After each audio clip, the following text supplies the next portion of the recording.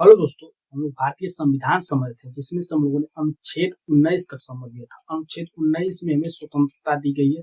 अनुच्छेद 19 से अनुच्छेद 22 तक हमें स्वतंत्रता दी गई, यानी राज्य से हम क्या उम्मीद कर सकते हैं, क्या हम स्वतंत्रता पा सकते हैं, वो चीजें दी गई है।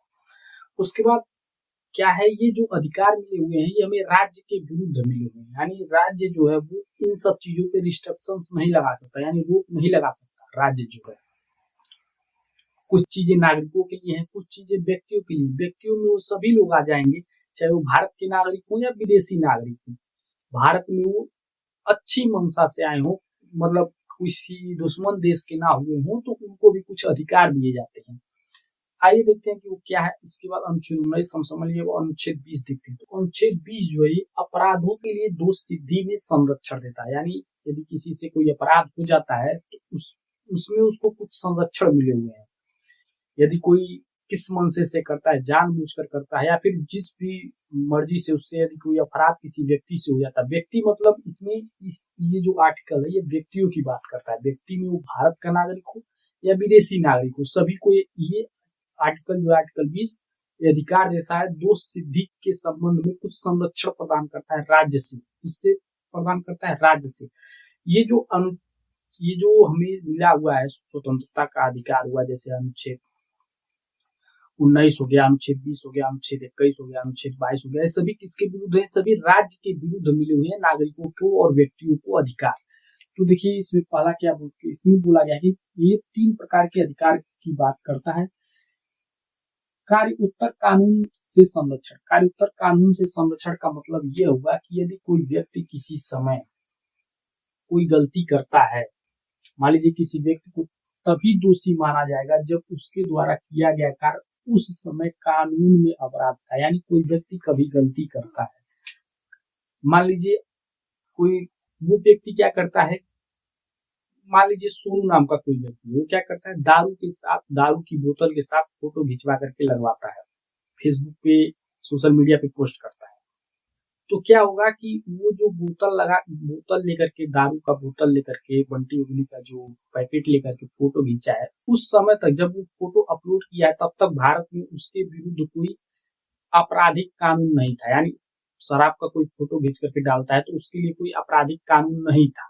लेकिन संसद का मूड बदलता है और वो दारू के फोटो खिंचवा करके लगवाने पर कोई फोटो अपलोड करता है, उसके बाद क्या करता है, 10 दिन बाद ही उस पर कानून बना देती है कि यदि कोई फोटो डालेगा किसी दारू के साथ या फिर किसी उसके पैकेट के साथ, तो क्या होगा, उसके ऊपर कानूनी कार्रवाई की जाएगी। चूंकि वो 10 दिन पहले डाला था और 10 दिन बाद कानून बना है, तो वो दोषी नहीं होगा। यदि वो 10वें दिन डालता है, जिस दिन कानून बन करके लागू हो गया है, तब वो दोषी होगा। लेकिन जो पहले काम कर चुका है, यानी जब वो काम किया था तब वो अपराध नहीं था, तो इसलिए वो पुरानी कार्य के लिए वो दोषी नहीं हो जाएगा। जो कि काम हो चुका है, यानी जब काम हुआ तब वो अपराध नहीं था, तो इसलिए उसको संरक्षण मिलेगा। और वो जब किया था कोई अपराध, उस समय वो अपराध की श्रेणी में नहीं था, वो कानून में वो अपराध नहीं था, तो वो अपराधी नहीं होगा। यदि बाद में ऐसा कोई कानून बनाया जाता है जो कि उस कृत्य को अपराधिक घोषित करता है, अपराध घोषित करता है। तो इसीलिए जो 20 का पहला है वो यही कहता है कि जब आप अपराध कर रहे हैं उस समय क्या वो अपराध है, ये पहले सुनिश्चित किया जाएगा। जो दंड संहिता होगी, यदि उसमें वो अपराध है तो आप अपराधी। यदि उसमें कोई अपराध नहीं है आपके द्वारा किया गया कृत्य और बाद में जाकर के उसके ऊपर कानून बनता है, तो वो कानून किसी काम लायक नहीं। आप यदि कानून लागू होने के बाद आप गलती करेंगे तभी जाकर के उसके लिए आपको सजा मिलेगी। पुराने कृत्यों पर आपको सजा नहीं दिया जाएगा, ऐसा इसमें बोला गया है। उसका इसमें अपवाद और सीमाएं भी कुछ है। और इसमें एक चीज और बोला गया है, किसी व्यक्ति को उससे अधिक सजा नहीं दी जा सकती जो अपराध के समय विधि में वर्णित था। यदि मान लीजिए किसी को है कि आप चोरी करते हैं कहीं पर, तो 2 साल की सजा है। आज से 2 साल पहले आप चोरी किए कहीं और उस समय जो था वो 2 साल की सजा थी। लेकिन वो जो आपके ऊपर जो मुकदमा था वो चलते चलते उसमें समय लग गया और जो उसका वर्डिक्ट आने वाला था, और जो है आप अपराधी सिद्ध भी हो गए हैं और जब ये मुकदमा का जब फैसला आने वाला है उस समय तक जो सजा का प्रावधान था वो 2 वर्ष से बढ़ा करके 10 वर्ष कर दिया गया है। यानी जो 2 साल के लिए सजा था वो 10 साल के लिए सजा कर दिया गया है। तो अब क्या होगा, आपको वो 10 साल का सजा नहीं दिया जाएगा। जब आप अपराध किए थे तो जितना सजा दंड संहिता में वर्णित था उतना ही दंड आपको दिया जाएगा, एक्स्ट्रा नहीं कुछ दिया जाएगा। मतलब एक्स्ट्रा नहीं दंड दिया जाएगा। अपराध के समय जो दंड था, जितना दंड था जो अपराध करने पर, वो उतना ही रहेगा। अगले ही दिन से यदि मान लीजिए कल ही आप किए हैं और आज कोई कानून बना है तो कल, क्योंकि कल आप किए हैं इसलिए आज का जो कानून है वो आपके ऊपर लागू नहीं होगा। जब वो लागू हो जाएगा उसके बाद यदि कोई अपराध करता है तो उतने समय के लिए उसको वो सजा मिलेगी। तो ये सीधी सी बात है, यदि आप कोई गलती करते हैं तो जिस समय जितनी गलती करेंगे, मतलब जिस समय आप गलती किए हैं उस समय जितने दिन की सजा है, जितना दंड है उतना ही मिलेगा, उससे अधिक नहीं दिया जाएगा। अगर यदि बाद में कोई कानून बन भी जाता है और उसमें अधिक दंड का प्रावधान किया जाता है। और इसकी सीमाएं क्या है, ये निवारक निरोध पर लागू नहीं होता है, जिसमें प्रिवेंटिव डिटेंशन, इसको हम लोग देखेंगे अनुच्छेद 22 में दिया गया है इसको डिटेल में। वहां पर ये जो आपको छूट मिला हुआ है ये छूट लागू नहीं होता है। और क्या है, और ये प्रावधान जो है केवल आपराधिक मामलों पर लागू होता है, दीवानी, कर, टैक्स आदि पर लागू नहीं होता। यानी ये जो पीछे वाला सिस्टम है ये किस पे लागू होता है, ये केवल आपराधिक मामलों पर होता है। टैक्स के मामले में सरकार कह सकती है कि आज से 10 साल पहले से जो 10 लाख रुपए कमा रहा है उसके ऊपर टैक्स लगेगा, ऐसा सरकार कर सकती है। 10 साल पहले से, यानी आज से पीछे से भी काउंट कर सकती है सरकार। इस मामले में, टैक्स के मामले में, कर के मामले में किसी मतलब भूमि के ऊपर टैक्स लग सकता है कि जिन लोगों ने एक स्पेसिफिक जगह पर भूमि खरीदा है उनको भूमि कर देना होगा, ऐसा करके टैक्स लगा सकती है सरकार।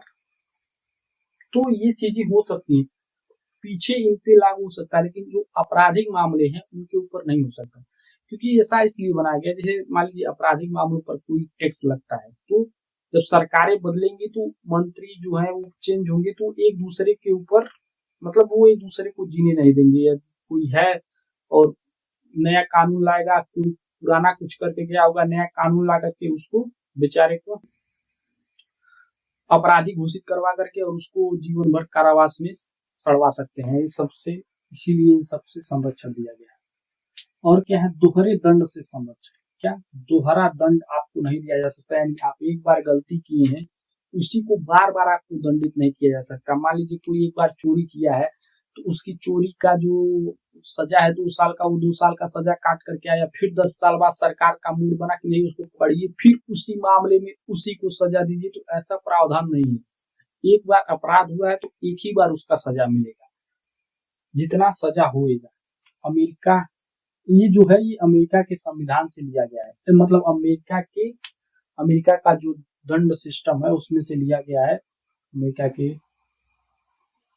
संविधान से। किसी व्यक्ति पर एक ही अपराध के लिए एक से अधिक बार मुकदमा चलाकर दंडित नहीं किया जा सकता। मतलब एक बार से अधिक किसी को दंडित नहीं किया जा सकता, लेकिन वहां पर आपकी दोहरा मुकदमा चल सकता है। मान लीजिए आप कोई सरकारी नौकरी कर रहे हैं तो आप जब एक बार दोषी सिद्ध हो जाते हैं तो वो जो विभागीय कार्रवाई है, वो विभागीय कार्रवाई करते हुए आपको बाहर निकाल दे, तो वो जो है वो दोहरा में नहीं माना जाएगा। केवल ये न्यायिक जो मामले होंगे उनमें आपके ऊपर दोहरा एक ही काम के लिए, एक ही गलती के लिए 2 बार सजा नहीं दी जाएगी। ये किसमें है, तो ये इसके अपवाद हैं। और ये इसका जो सीमा है वो है कि विभागीय कार्रवाई जो है वो दोहरी दंड में, जो दोहरा दंड है उसमें नहीं आएगा।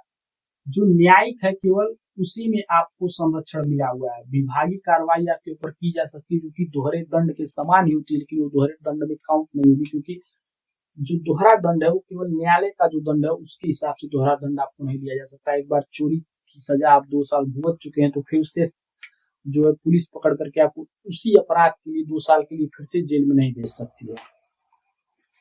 अपने खिलाफ गवाही से संरक्षण। किसी भी व्यक्ति को यह अधिकार है कि यदि आपका नहीं मूड है अपने विरुद्ध कोई गवाही देने का तो आप मत दीजिए।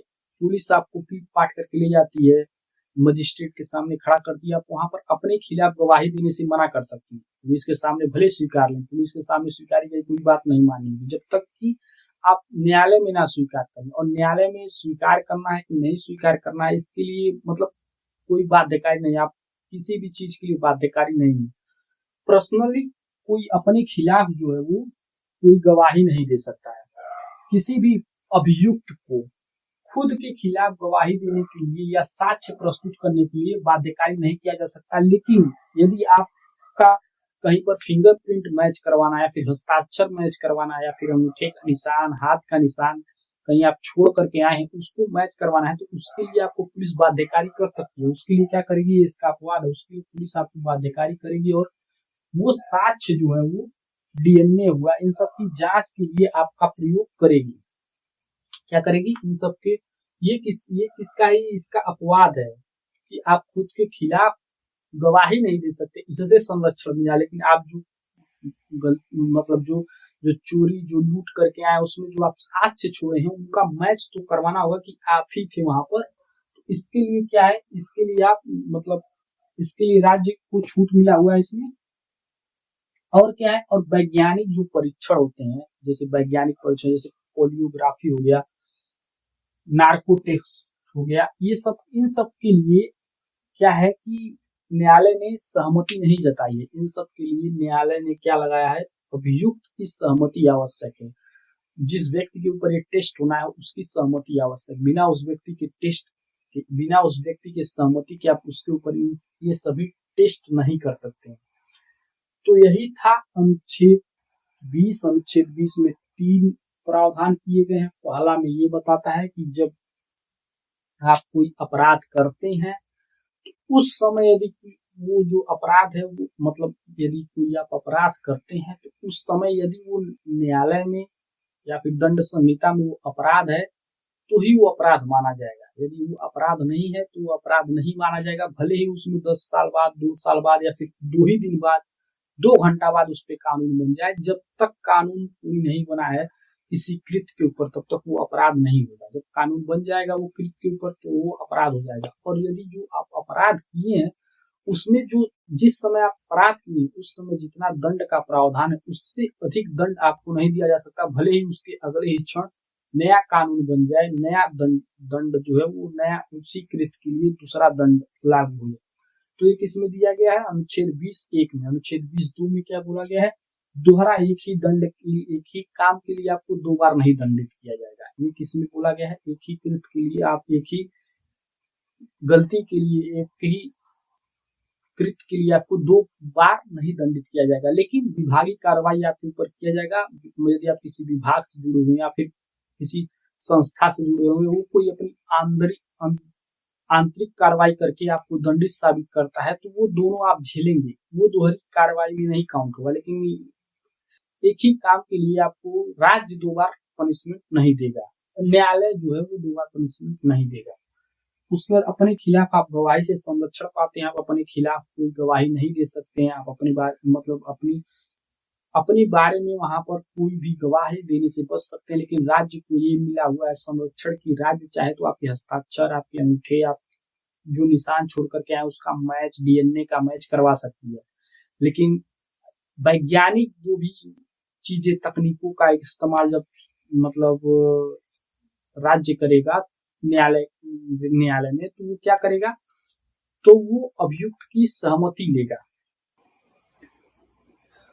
352 के लागू होने पर जब अनुच्छेद 352 लागू होता है तो देश में आपातकाल लगता है। आपातकाल के दौरान भी अनुच्छेद 20 और अनुच्छेद 21 जो है ये निलंबित नहीं होगा। अनुच्छेद 21 इसके बाद हम लोग समझेंगे, जो प्राण एवं दैहिक स्वतंत्रता का विषय है, जिसमें बहुत व्यापक दिया गया है। प्राण एवं दैहिक स्वतंत्रता जो है बहुत व्यापक हो गई है, उसको हम लोग समझेंगे।